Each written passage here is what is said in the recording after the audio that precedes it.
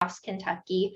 And this means that no matter where you are in the state, if you're a survivor of sexual violence, there is a local nonprofit resource there to provide support services for you all across the state. So a comprehensive statewide network. And as these nonprofit organizations were popping up to meet the needs of the folks in their, specific communities, they recognized that they needed a bigger voice at the statewide level. And so in 1990, all of these local centers came together to form the statewide coalition, the Kentucky Association of Sexual Assault Programs, or KASAP, which is where I work. And KASAP's mission from the beginning was really to speak with a unified voice against sexual victimization. So this started out being primarily for legislative advocacy, but has really expanded to include having comprehensive, high-quality services for survivors of sexual violence and evidence-based prevention programming.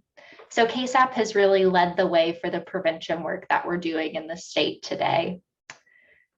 So in 1990, when KASAP was started, through the mid-2000s, our Kentucky Rape Crisis Centers were doing awesome direct services, which we continue to do to this day, and mostly awareness programming. So each local center was really doing their own kind of homegrown or self-developed programming to raise awareness about the issue of sexual violence within their communities. But there was no statewide prevention strategy at this point, and really there was no sexual violence prevention happening in the state because, as we know, awareness is not the same thing as prevention, but that just wasn't really on folks' radar at this point. So it was mostly awareness that was happening up through the mid-2000s. But then around 2005, there was a big nationwide shift from awareness programming to primary prevention. And this was due in large part to a shift in funding priorities from the Centers for Disease Control and Prevention. They're one of the main funders for our work currently for sexual violence prevention. And they said that states had to start implementing evidence-based prevention programming with the funding that they were receiving from the Centers for Disease Control and Prevention. And so, that's great. Like, we all know we're here because we recognize that prevention is so important, and it's really the thing that's going to change the way and create communities that are free from violence. Like, prevention is the thing that's going to make that a reality. But the problem that we ran into in kind of 2005 is there just weren't any evidence-based prevention programs out there. No one knew what that looked like. There was no list that we could look at and say, like, this is the program that we're going to use. And so the CDC was asking us to do this shift, which we were like bought in for. And we're like, if we could actually prevent violence from happening, that's great. But we didn't have a model to go off of what that would actually look like in practice. But luckily for us, kind of around the same time, so 2008, 2009, folks at the University of Kentucky were developing a bystander intervention program called Green Dot. And so we were interested in this. We saw what they were doing at the University of Kentucky. At first, it was a program specifically for university students, and thought it looked really interesting and might kind of fit what the CDC was asking us for in terms of evidence-based prevention programming. So we got together, KASAP got together with folks at the University of Kentucky who are working on this project to develop a high school specific adaptation of Green Dot. And so for us, high school is youth aged 14 to 18. So for you all, that might be secondary school, I think is what it is. But we wanted to see, would this program work for our high school students, and might it fit this evidence-based prevention program qualification that the Centers for Disease Control and Prevention were asking us to do. And, our folks at the time were just really excited about the possibility of being able to do something to actually stop violence before it started, because they were seeing the impacts and effects that violence has on the folks who are coming into their doors, receiving direct services at our local rape crisis centers. And they knew what a fundamental difference it would make in someone's life if they were able to prevent them from being sexually assaulted in the first place. And so we're really excited about that opportunity to be able to prevent violence, and that green dot would be a great fit. So kind of, what made us so excited about green dot that we were willing to jump in and be like, yes, this is the thing for us, we're going to do it. So, kind of overall, Green Dot is a bystander intervention program that teaches students and community members the skills and tools they need to be able to actively intervene in a potentially dangerous situation, and also how to change the norms in either their school or community to show that violence is not okay and everyone is expected to do their part to keep each other safe. And so this whole kind of green dot concept can be pretty easily summarized into one main metaphor. So I'm going to share with you all the green dot metaphor as if you were participants in the training, because I think that's the best way to kind of understand this green dot concept and why we got so excited about it. So the main concept of green dot, we're boiling it down to this one metaphor. So imagine a map of the school you work at, your university, your community, your neighborhood, the places that you go. For our example purposes, we're going to use the map of the state of Kentucky because that's where I'm coming to you all from. But imagine red dots start popping up on our map. And a red dot is a choice that someone makes to use their words or actions to harm someone else. So this could be students choosing to make fun of another student because of their sexual orientation. It could be someone choosing to insult or put down their partner, or someone choosing to have sex with someone without their consent. All of these are choices someone made to use their words or actions to harm another person. And we recognize that these red dots have added up to create the unacceptable rates of violence that we see in our schools, in our universities, and in our communities. And something has to be done about it. So imagine then on our map, we see green dots start popping up where the red dots were. And a green dot is a choice to use your words or actions to stop a red dot from happening. So maybe you tell those students who are making fun of the student about their sexual orientation to just cut it out. Like, that's not cool. That's not what we do here. This bullying, we're not about it. We're not going to let that happen. Or maybe, it's getting a friend or a teacher involved if you think that there's violence going on in a dating relationship, and you might need to get somebody else to check in on that person to make sure that they're okay. Or maybe if you see someone leading another person away at a party who looks too drunk to consent to sex, you go up and ask the drunk person to come get ice cream with you or help you out in the bathroom, or you need a ride home. Can you help me out here? Just getting them out of the situation, completely distracting it, completely stopping whatever might have happened in its tracks. These are all instances where someone uses their words or their actions to stop a red dot, to stop harm from happening. And now this is great. We see that on our map. Our green dots are outnumbering and displacing our red dots, and that's really what we need to see to be able to reduce violence in our schools and communities. But there's still just one problem about our map, and that is all of the blank space we see between the dots. So, that blank space could be filled with a green dot, or it could be filled with a red dot. And, we don't know which one's going to crop up there. And so we need one more type of green dot to be able to make sure that red dots never even make it on our map. And so that's a proactive green dot, which is establishing new norms in our schools and in our communities to be intolerant of violence. And so this could be, talking to your friends about violence prevention and why you think it's so important. It could be putting up posters around school about how we look out for one another. It could be sharing a bystander story on your social media and being like, hey, isn't this cool? It'd be great if everyone did this. Anything that you can do to signal that violence isn't okay here and everyone in this community is expected to do their part to keep each other safe. That's when our norms are going to start to shift to where red dots will not even pop up on the map in the first place.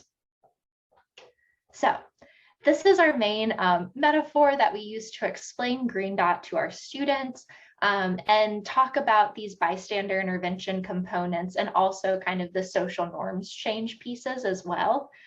So in our green dot trainings, some of the learning objectives we have with our students are to recognize those warning signs of red dots.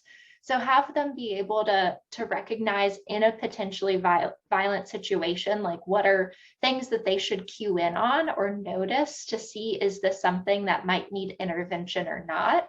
So we work a lot on recognition of those red dots and what are things that might, cross the line into being something that requires an intervention.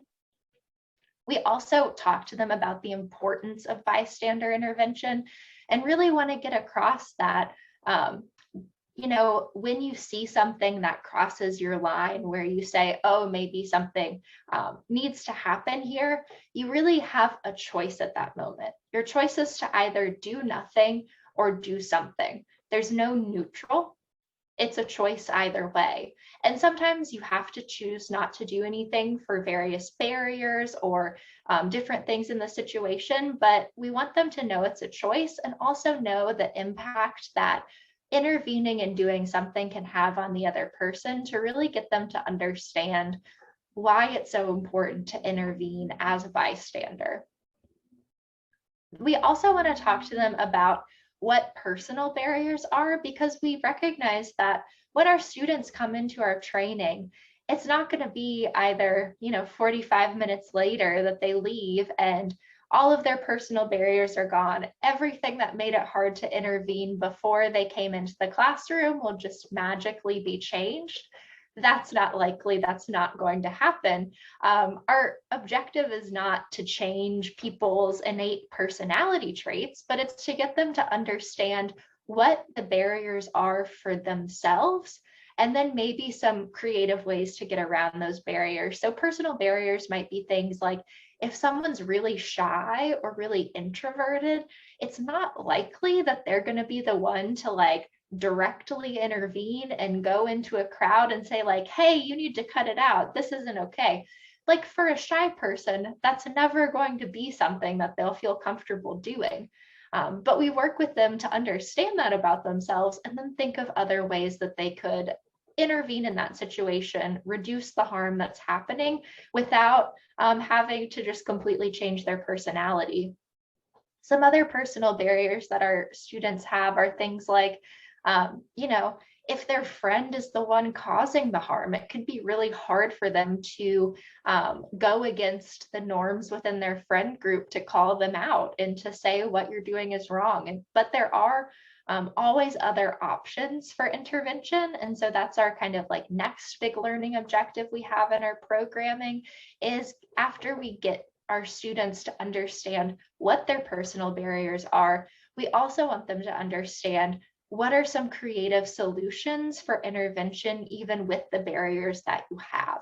And so in the green dot model, they talk about it through the 3 Ds. So directly intervening, which means getting involved yourself, calling out the violence when you see it, being like, what are you doing? Don't do that. This isn't cool. Those sorts of things, like doing something yourself. The next one is distract or delegate, sorry. So the next is delegate, which just means getting someone else involved. So it could be getting your friend who's more comfortable directly intervening, or getting a trusted teacher or parent, someone else who can handle the situation if you don't feel like you can do it yourself. And then the last option is distract. So that's completely diffusing the situation, getting people to stop doing whatever harm it is that they're doing and like focus on something else. So it could be, in my example of the party, like getting that person who's being taken upstairs where a potential sexual assault might occur and getting them to go get ice cream with you or to go help you with something, just distracting from that situation completely so that no harm takes place. And so we work with our students to really come up with a lot of options, a lot of different ideas within all of these categories so that they can find something that feels realistic for them to actually be able to do. And then our last learning objective that we have with our program is getting students to think about how they can have a role in shifting their school norms so that folks know that violence is not okay and that everyone is expected to do their part. So this could be things like I mentioned, like the talking to your friends about it, posting a bystander story, things like that. But we really do work with our students to figure out like what are ideas that they have for shifting norms, and then getting them to commit to doing something like that very day of the training. So these are kind of our main learning objectives with Green Dot. The Green Dot training structure, it's broken into 2 different training sessions. So the first one is a 45-minute overview speech that happens with the entire school population. It doesn't happen like the whole school at one time, but we do it kind of groups of 20 to 30 students at a time, because there is a lot of interaction in our programming and a lot of practice and skills building. And so a large, few hundred student kind of training wouldn't work for that. But we do the 45-minute overview speech with all of the students in the school to make sure that everyone has an understanding of what Green Dot is and has some of these skills and tools and ideas that they can utilize. But then we do a much more in-depth 6-hour bystander training with students or folks in the community who are identified as popular opinion leaders in their school.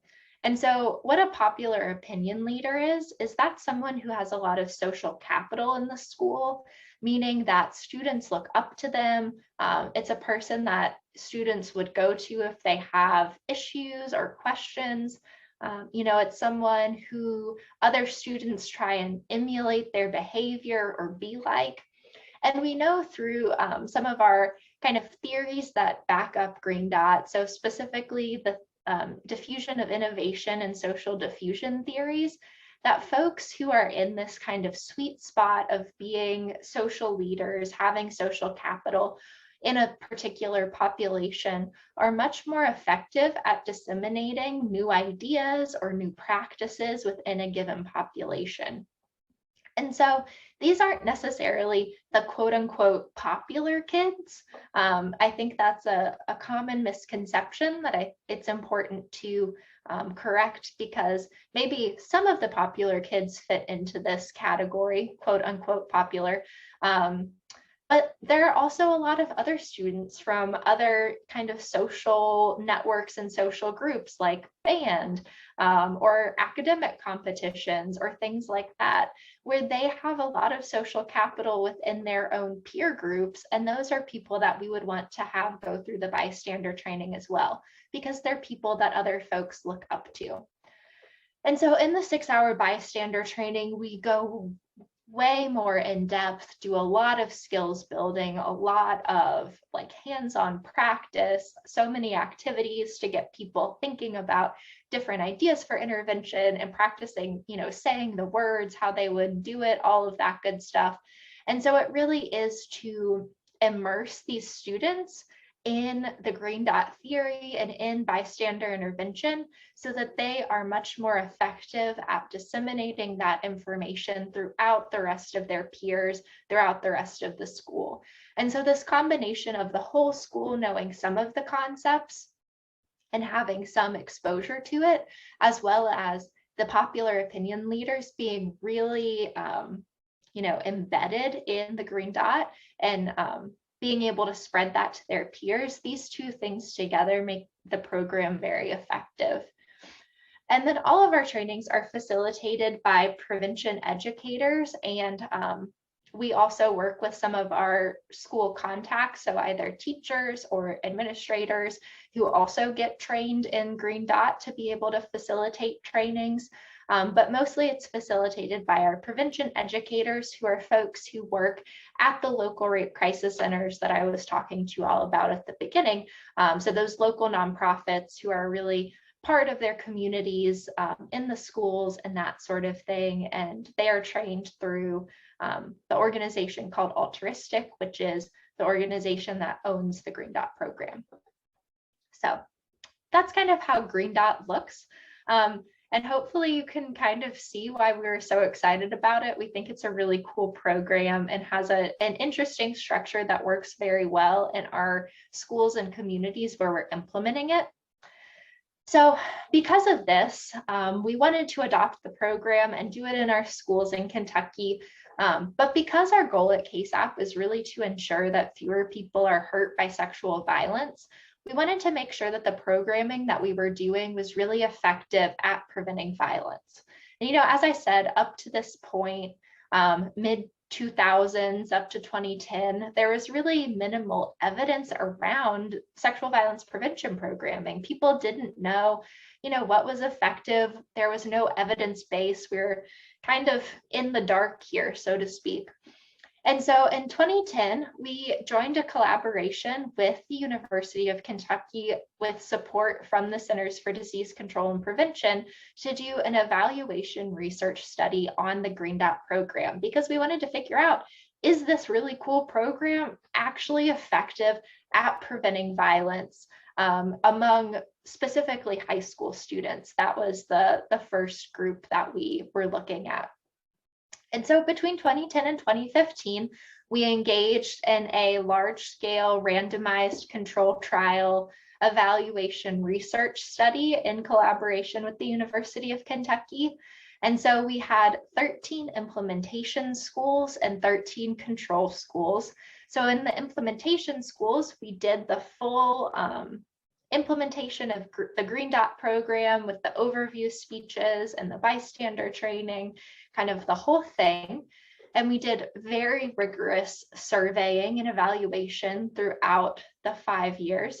And then in our 13 control schools, they were similar demographically and size-wise and geographically. So we picked schools that were in a similar geographic area to our implementation schools all across the state.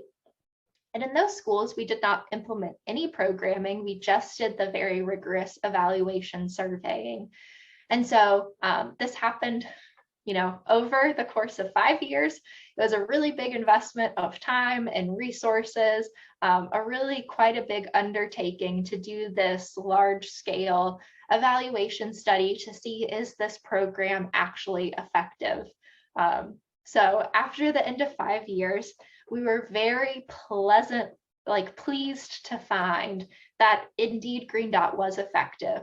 So in our implementation schools, we found a 21% reduction in the perpetration of sexual violence.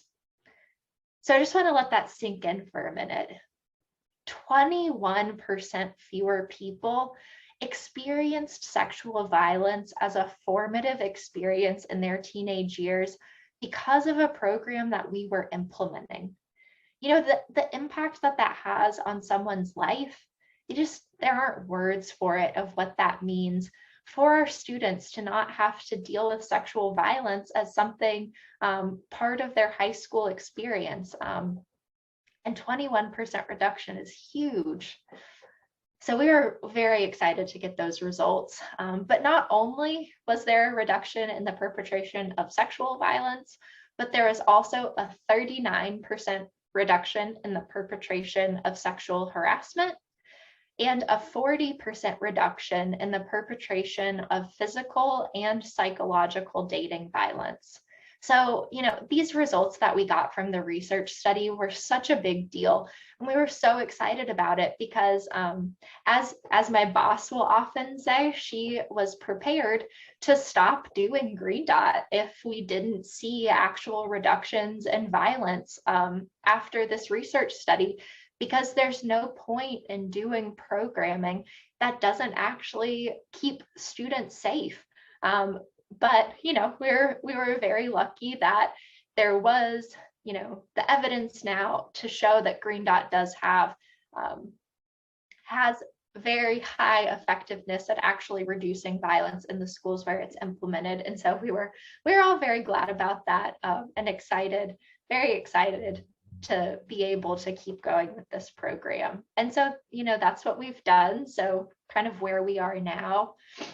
Since 2015, there has been a really big expansion of Green Dot across the state, and we've continued the success with the program. So we were so excited that Green Dot did turn out to be so effective, and having this research really based in our communities was awesome.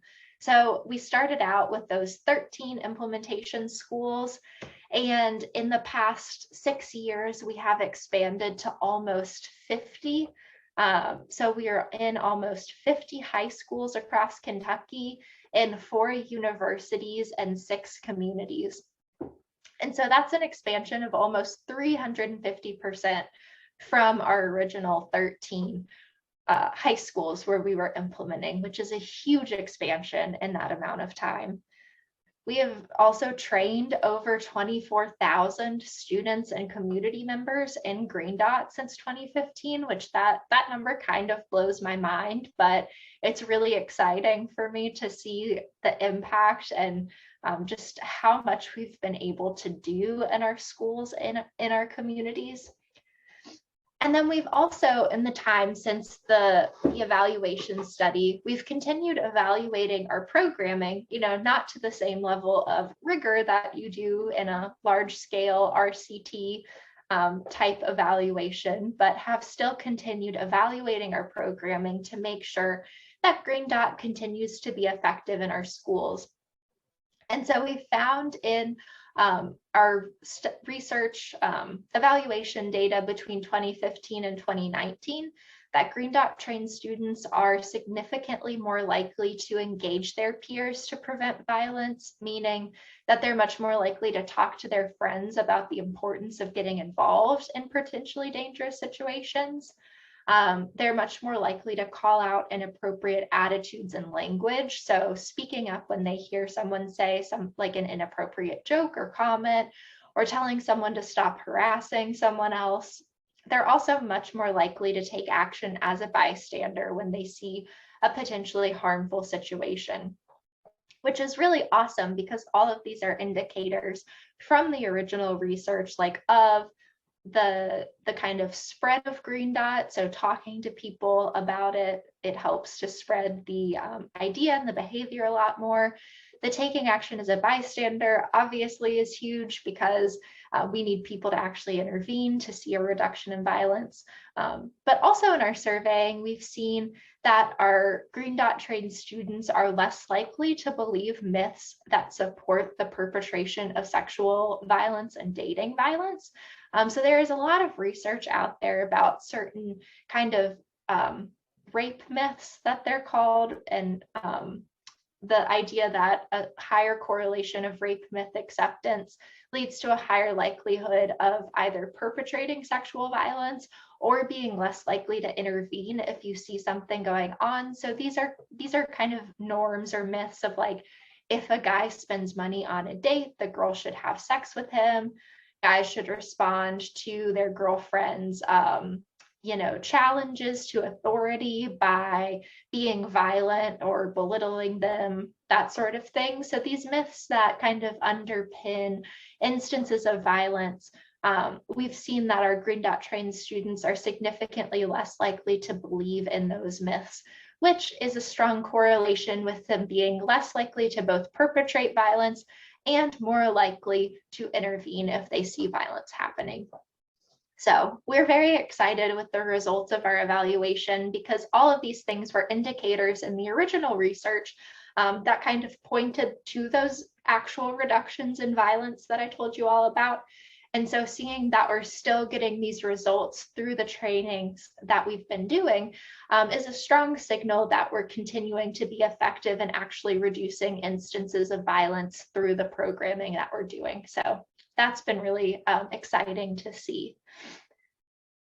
So kind of why has Green Dot been successful in Kentucky? You know, as I said, we've been doing this programming for over a decade now, and we've seen a really large expansion, over 350% across the state. People are really buying into it. We're continuing to see, you know, strong indicators of reductions in violence even after the research study. So why has it been so successful? I kind of think there are three main reasons that I'll talk with you all about today.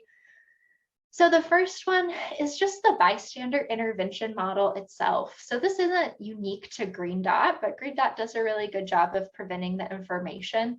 But, you know, I think you all will find in the work that you're doing with like encouraging people to be an upstander against LGBTQ harassment, you'll find a similar kind of strength here too, because either being an upstander or bystander intervention, whatever you want to call it, it's really something that is for everyone.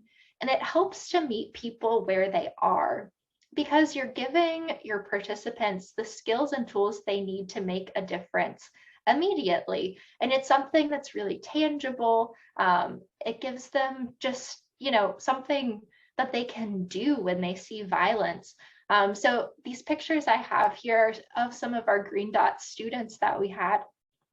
And it's really just amazing to see the impact that it has on our students, the difference that it can make in just one training, because it's so empowering for them to know that if they see violence, they'll actually be able to do something about it. Like if they leave that training and see something happening, they will have the skills and the tools that they need to do something to keep violence from happening. And the thing is, we know, unfortunately, that many of our students have either already experienced violence themselves, or they know friends or family members who have. And because of that, if they don't have these skills and tools, they just don't know what to do with those experiences. But when they go through the training and are really empowered with the information that we're giving them, it creates such a significant change. I think that's one of the beauties of bystander intervention, and why we've had such success in spreading it across the state, is because people can immediately see the benefit and see how they can fit into the work that we're all doing of trying to prevent violence in our schools and in our communities. So I really do think bystander intervention is kind of one of the main, you know, big reasons for our success and what we've been doing. The kind of second main success that I think we've had is our network of prevention educators. So I told you all that these are the folks who deliver the trainings, and they work for our local rape crisis centers, the local nonprofits. And this picture I have here is a group of us from a few years ago where we did a retreat together. So if you can see, they're pretty funny, pretty goofy, but they're great folks. So these are, you know, people who are doing the same program all across the state. And what that provides is the ability really for them to learn from each other, to build on each other's successes. If something goes really well, they can share that and other people can pick that up and use it, but also learning from each other's struggles. I mean, we know that doing this programming can often be difficult. And so working with other folks from across the state to be able to make improvements or learn from things that have gone wrong is really quite important. And this has meant that not only has our programming gotten better over time, because people have been able to, you know, make tweaks and make improvements, but also the people who are doing it, who are implementing the programming, are better equipped, which is something that we actually saw in our original research, is that the more someone does the programming like close to the way it's supposed to be delivered, the better and more effective it was at actually preventing violence. And so having this network of peers to be able to make improvements, work together, build off of one another has really been foundational in our success and the ability of these folks to really expand the programming into more schools, across their regions. And then the last kind of, indicator of success that I think we've had is really our consistent investment over time. So we've been doing Green Dot for over a decade now, which is pretty long.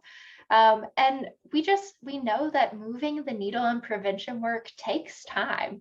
So we saw this too in our original research, where the numbers on reduction in violence really didn't start shifting until years 3 and 4 of the project. So it wasn't until we'd been implementing for a few years that we actually started to see a reduction in the perpetration of violence. And so that kind of signals that to be effective in your schools or in your communities, you have to be consistent and be doing this programming over the long term. It's not like you go in 1 year and everything is better. It takes a consistent investment. And so I think because we have been providing this support at the state level for Green Dot for over a decade now, this has really allowed this work to flourish and to expand. That 350% expansion that I told you all about is pretty huge. And I think it's because we've had this consistency of support from the statewide level to keep it going, to maintain our programming and that sort of thing. And so just having this, consistency over time has allowed us to expand what we're doing and have a lot of success.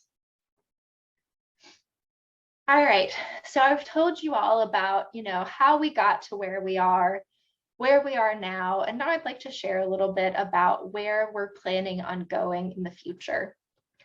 So kind of looking at 2022 and beyond, we're definitely going to continue our investment in Green Dot because hopefully, as you've seen through this presentation, we're really bought into it. We think bystander intervention works, and we've seen it work time and time again in our schools and communities. So we're definitely going to keep doing that.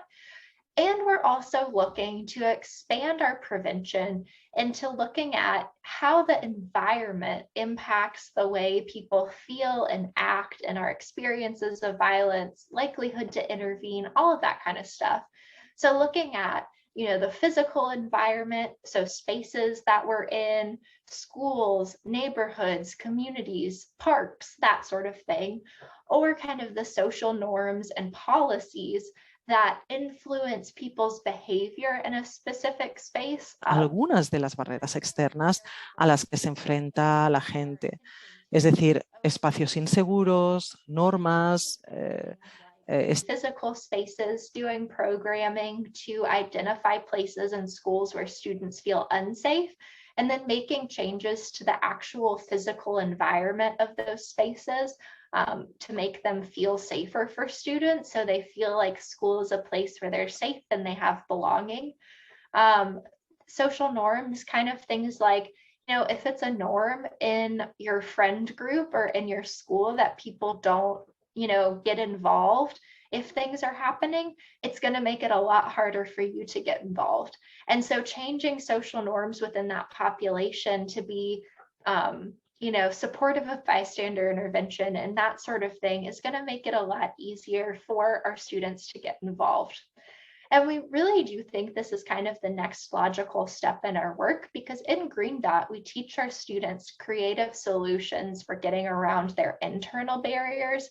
And this work to create safer environments kind of helps to remove some of the external barriers people face. So either unsafe spaces or social norms or policies that make it hard to intervene. Because really what we're working towards here, what we want to see is a world where everyone has the opportunity to live a safe, healthy, and violence-free life. We want to see our kids be able to go to school without fear of bullying or harassment. We want them to be able to develop and, learn and grow without having to deal with the trauma and repercussions from sexual violence. We want them to go to the university or to the workforce and contribute their big ideas to society and do that without being held down by an abusive relationship.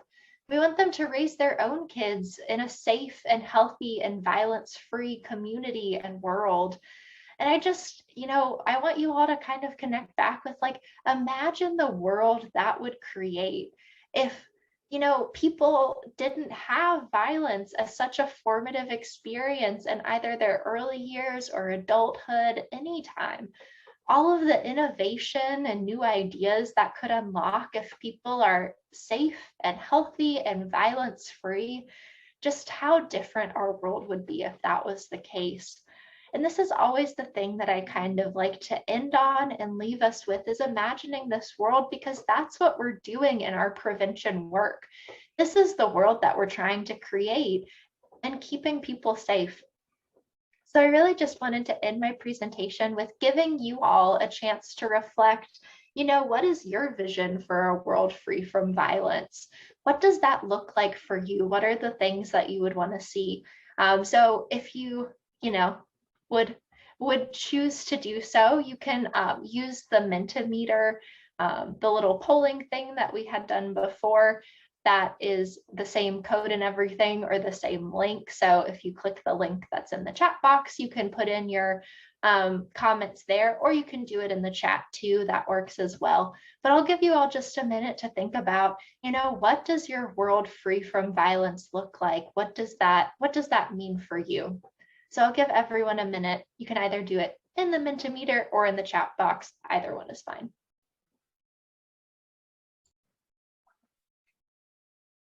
Okay, thank you, Astraea, for your inspiring presentation and for all the data that you have shown to us. I know that you have put the link. No, Guillermo has put the link to engage attendees, to opine about the question that you are doing, but we have also 3 questions that I think that we have more or less time to answer them. So the first question is from Paula Cañaveras.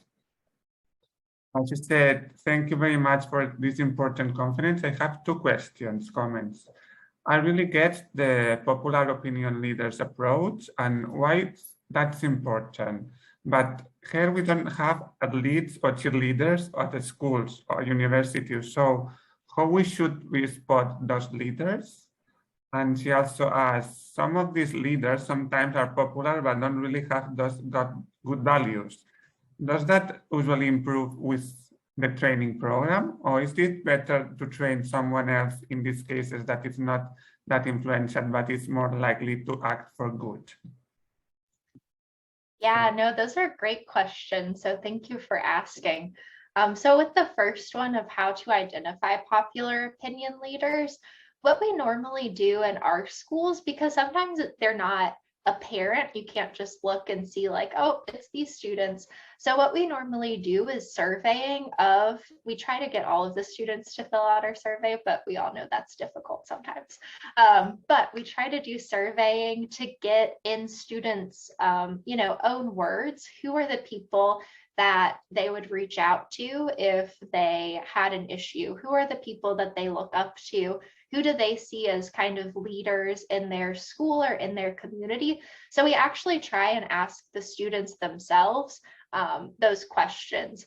I think that's the best way to find out who the popular opinion leaders are, particularly if you want to kind of get away from what might be like stereotypical leaders and get to the people who are actually leaders within a given population, because in that way you can hone in too on specific subgroups. So if there are particular clubs or, orchestra or like the LGBTQ student association, all of those folks, they might have different folks who have, that social capital in their groups. And so surveying those students is a really great way to find out who those polls are. So I think that's the best way to do it. I think if you ask, teachers, that can sometimes have some bias in it. And we might not always, as adults, we might not always know who students actually look up to. And so I think asking students themselves is a really important way to do it. And then in terms of the popular opinion leaders who might have social capital, but might not necessarily represent the values of our training at the moment. So I kind of have two thoughts on this one. I do think that everyone can benefit from the training in terms of being trained of how to be a bystander, because even if they might not intervene in 9 out of 10 situations, if they're there to do something in that 10th situation, that's still one less person who's going to get hurt from violence.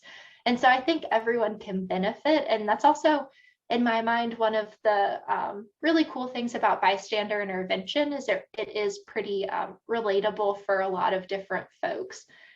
The other piece of that, though, is if it's someone who's kind of known not to represent the values of kind of Green Dot or the organization or what have you, it's important through the work that we do not to, I suppose, tie it to a specific person. So like have people be like, this is the spokesperson for Green Dot, because if they're the spokesperson for Green Dot, but then they're causing harm themselves, that's not necessarily what we want. And it might, get people to be really skeptical about what we're doing. So I think the training would be helpful, but not necessarily having them be like the face of your programming, just because that could cause some issues and make other people wonder about, how I guess legitimate are we, things like that.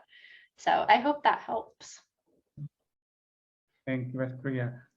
We have 2 more questions and more or less 5 minutes to close the conference.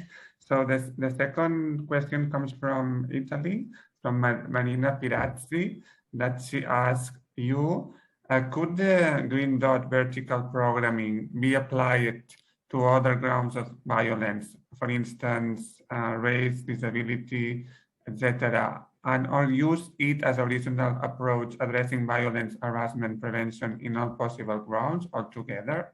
Thanks. Mm-hmm. Yeah, that's a great question. So I think it's pretty easy to see the connections of how having tools around bystander intervention can really apply to a lot of different instances where people are being harmed by violence.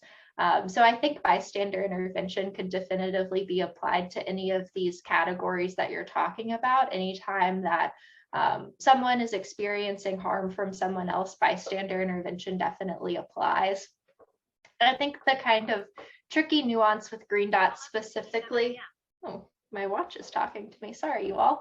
I think one of the tricky things about Green Dot itself is as a program, it is specifically focused in on the issues of dating violence, sexual assault, bullying, stalking, child abuse. It depends on where you're implementing it, which one you focus on. But anywho, it's focused on those topics specifically. So the Green Dot program itself is only focused on those, but bystander intervention generally, or upstander programming generally, could definitively be used for all of those other types of violence that you're talking about. So.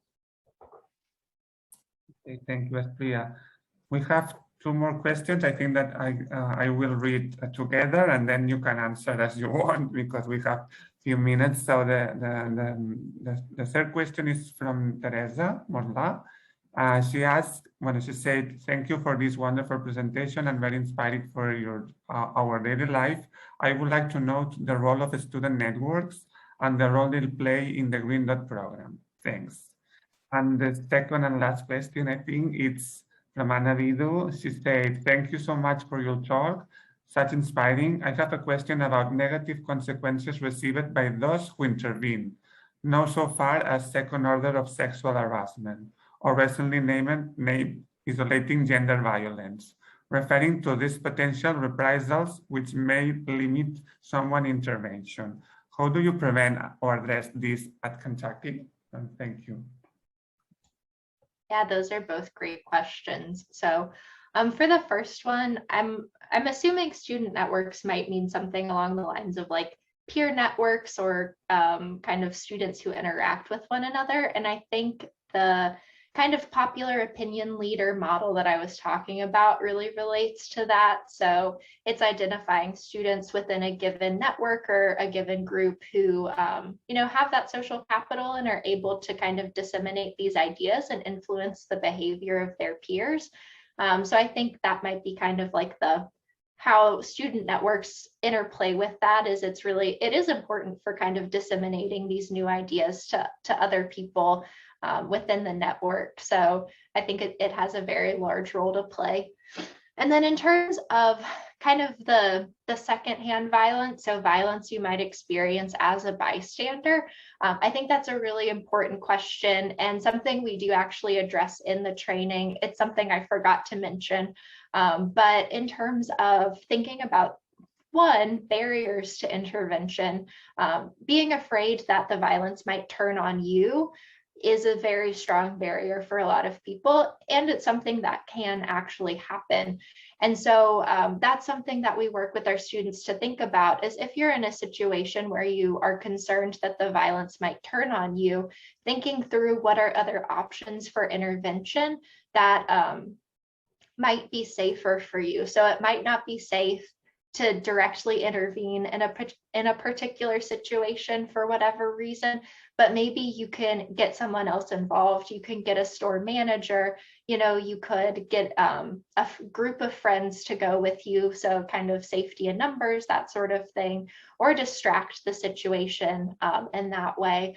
And so I do think that's a really important thing to keep in mind. We also know that there's a higher likelihood of violence in terms of stranger interactions. So if you don't know the people who are involved in the kind of violence that's happening, it's much more likely that violence might turn on you in that situation. And so we definitely talk with our students about that, because their personal safety is so important, and we don't want them putting themselves in harm's way to be a bystander. So we give them a lot of other ideas of, if they see a situation that could turn violent, what are other ways that they could get involved. But I do think that's a really important point. So I appreciate you asking the question. Okay, thank you very much, Astraea, for your presentation. It has been very useful for us, and also I think for the audience. And we have to close here our conference, saying some things, some reminders from the project. As we mentioned at the morning, you can follow us in social networks, also in the blog that we have created, that we post. We make a post every week. Also remember that you can join us in the networks, our Up4Diversity network. You can send us an email and we will answer you as soon as possible. And also remember that we are organizing a national workshops where we train in this perspective of Bystander, like Green Dot, to trainers, to professionals that are working with young, So we are inviting you as well to be part of these trainings, If you are interested, you can email us and we will inform you about the rules of these trainings. And finally, thank you to all, for being part of this conference. It was very successful. It's online. We dream that in the future, we can organize this in Tarragona, in Spain, or in Brussels, in Belgium. We are dreaming on this, so we hope that the next year, in the final conference, we can meet together and have a nice day as well, in face-to-face. I would also to thank Cheska, for her work as interpreter, because it was very successful as well.